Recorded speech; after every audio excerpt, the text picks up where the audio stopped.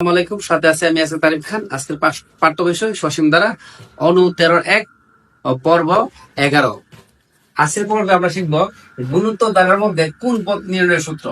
আমরা এগুলো সমান্তর দ্বারার মধ্যে শিখছিলাম।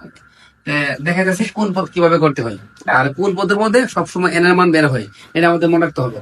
শুরু করতেছি, দেখো তোমাদের পাঠ্য বইয়ের 264 পৃষ্ঠা 7 নাম্বার অঙ্ক। ধরি গুণোত্তর দ্বারা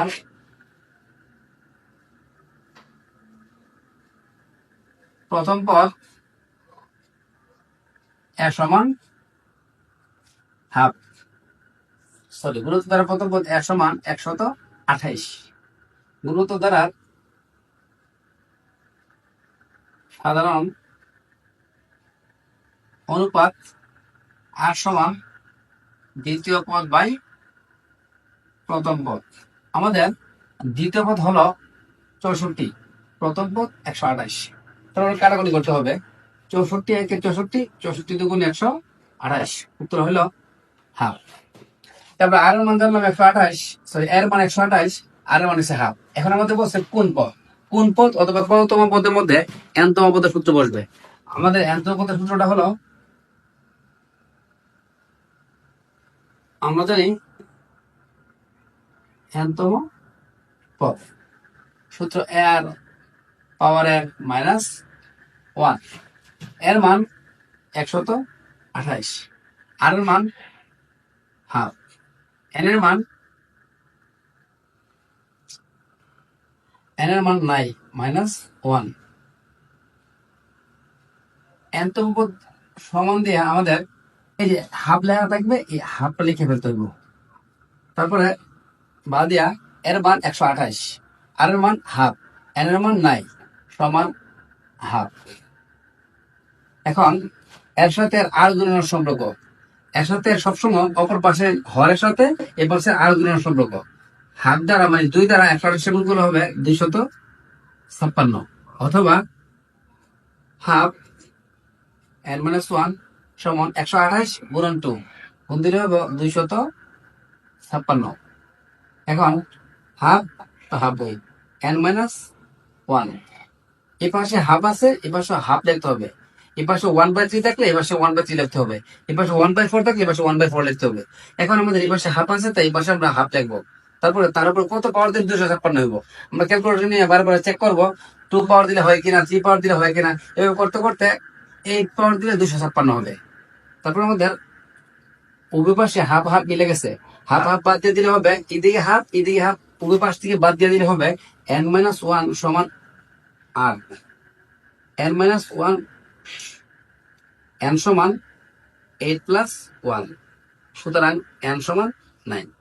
আমাদের বলা হয়েছে ধারাটির কোন পদ হাফ, লিখতে হবে ধারাটির নবম পদ হাফ। এই অঙ্কের আনসার। তোমাদের পাঠ্য বইয়ে 9 নম্বর অঙ্কটা এরকমই, আমি ওই অঙ্কটা সমাধান করতেছি, দেখে নাও। ধরি এটা একটা গুণোত্তর দ্বারা, ধরি গুণোত্তর দ্বারা প্রথম পদ, গুণোত্তর ধারার প্রথম পদ এ সমান 1/√2। গুণোত্তর দ্বারা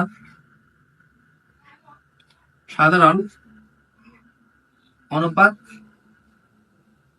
আর সমান দ্বিতীয় পদ বাই প্রথম পদ। দ্বিতীয় পদ -1, দ্বিতীয় পদ -1, প্রথম পদ 1/√2। এখন -1 এর সাথে সম্পর্ক হলো বাঘের গুণ বানাতে হয়, আর বাঘের গুণ বানাতে গেলে উল্টে যায়, হর যাবো উপরে, লব চলে যাবো নিচে। 1 কেটে ফেলে থাকবো -√2। এখন আমাদের বলছে ধারাটির কোন পদের মধ্যে আমরা সূত্র বসে দেব nতম পদ। আমরা জানি nতম পদ কমা দিয়া এ আর পাওয়ার n - 1 সমান দিয়ে আমরা লিখবো কোন পদ 8√2 সমান দিয়ে 8√2। এর সমাধান করলে আমাদের n এর মান বের হবে, এই অঙ্কের আনসার হবে। বা এর মান 1/√2, আর এর মান -√2। n মাইনাস ওয়ান সমান 8√2। তারপর আমাদের আর গুণন করতে হবে। এখান থেকে আমরা অঙ্কটা এখানে সমাধান করতেছি। আর গুণন √2 দিয়া 8√2 গুণ করতে হবে। এই পাশে হর দিয়া ওই পাশের সংখ্যাটা সবসময় গুণ করতে হয়। √2 গুণন 8√2 কি হবে দেখো, 1/√2 n মাইনাস ওয়ান √2 গুণন 8√2 গুণ দিলে হবে 16, গুণ দিলে হবে 16। এখন এই পাশে আছে মাইনাসের 2, আমাদের এই পাশে লিখতে হবে মাইনাসের √2। এখন এই পাশে মাইনাসের √2 আছে, এই পাশে মাইনাসের √2। এই পাশে √3 থাকলে এই পাশে √3, এই পাশে 5 থাকলে এই পাশে 5, মানে এই পাশে যা থাকে এই পাশে তাই তুলতে হবে। এখন মাইনাসের √2 উপরে কত পাওয়ার দিলে 16 হবে? মাইনাসের √2 উপরে 8 পাওয়ার দিলে 16 হবে। তোমরা সাইন্টিফিক ক্যালকুলেটর নিয়ে bracket minus √2 bracket fill up power 8 দেও, উত্তর হবে 16।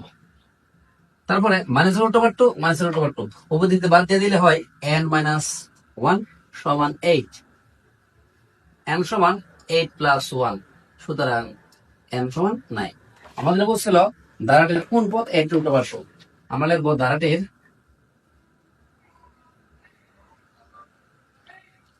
নবম পদ 8√2।